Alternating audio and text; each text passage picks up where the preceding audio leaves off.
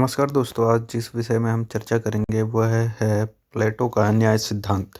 और हम जानने की कोशिश करेंगे कि प्लेटो जो दार्शनिक था, उसके विचार और भारत के दार्शनिकों के विचार किस तरीके से आपस में इस न्याय सिद्धांत के थ्रू मिलते हैं।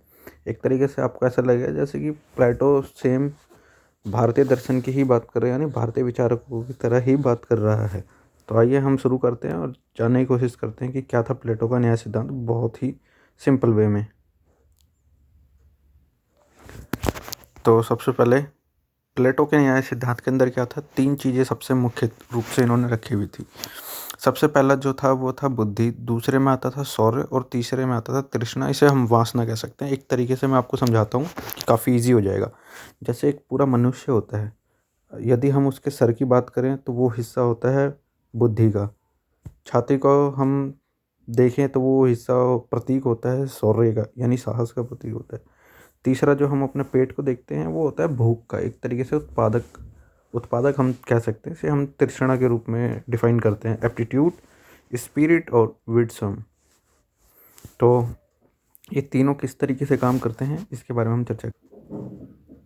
प्लेटो के न्याय सिद्धांत का मतलब ये था कि जो बुद्धि होती है, यानी बुद्धि प्रधान व्यक्ति जो होता है, और जो शौर्य प्रधान व्यक्ति होता है, और तीसरा एक उत्पादक प्रधान व्यक्ति होता है, यानी ये तीन वर्ग उसने एक तरीके से बनाए। और ये कैसे बनाए, प्लेटो की जो बुक है जिसे हम रिपब्लिक कहते हैं, उसके अंदर इन्होंने इसके बारे में बताया था कि एक्चुअल में कि किस तरीके से हम एक तरीके से समाज के अंदर एक न्याय की स्थापना कर सकते हैं। तो उन्होंने जो ये दर्शन दिया था उसका जो लॉजिक था वो इन्हीं के पीछे है। जैसे कि मैंने अभी आपको बताया कि जो बुद्धि की प्रधानता जो होती है वो एक तरीके से सर को डिफाइन करता है, यानी मस्तिष्क को, आदमी के सर को।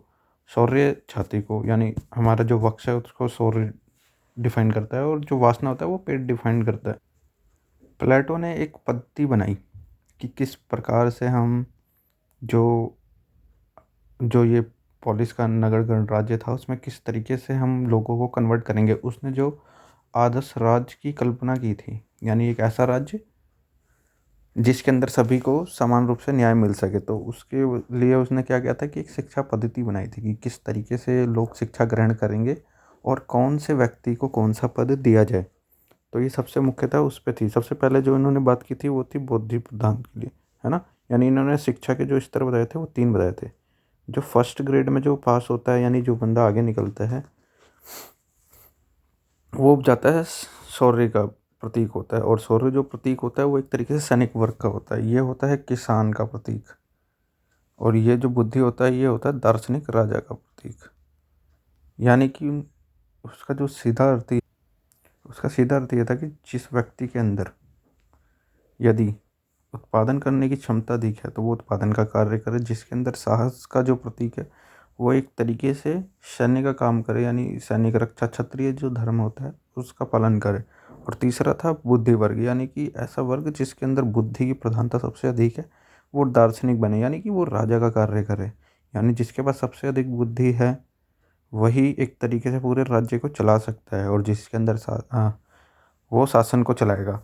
और जिसके पास साहस है, शक्ति है, शौर्य है, वह व्यक्ति सैनिक कार्य करेगा, यानी कि बाह्य आक्रमण से देश के नागरिक के जो भी हैं उनकी सुरक्षा करेगा। और जो तीसरा वर्ग था वो था उत्पादक वर्ग, यानी तृष्णा, जो वासना, एप्टीट्यूड को जो डिफाइन करता है वो था उत्पादक वर्ग। यानी कि तीसरा व्यक्ति वो होगा जो कि उत्पादन का कार्य करेगा।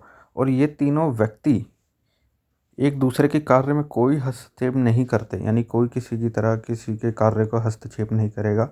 तो इस तरीके से एक न्याय की अवधारणा उसने पेश की थी कि इस तरीके से न्याय हो पाएगा।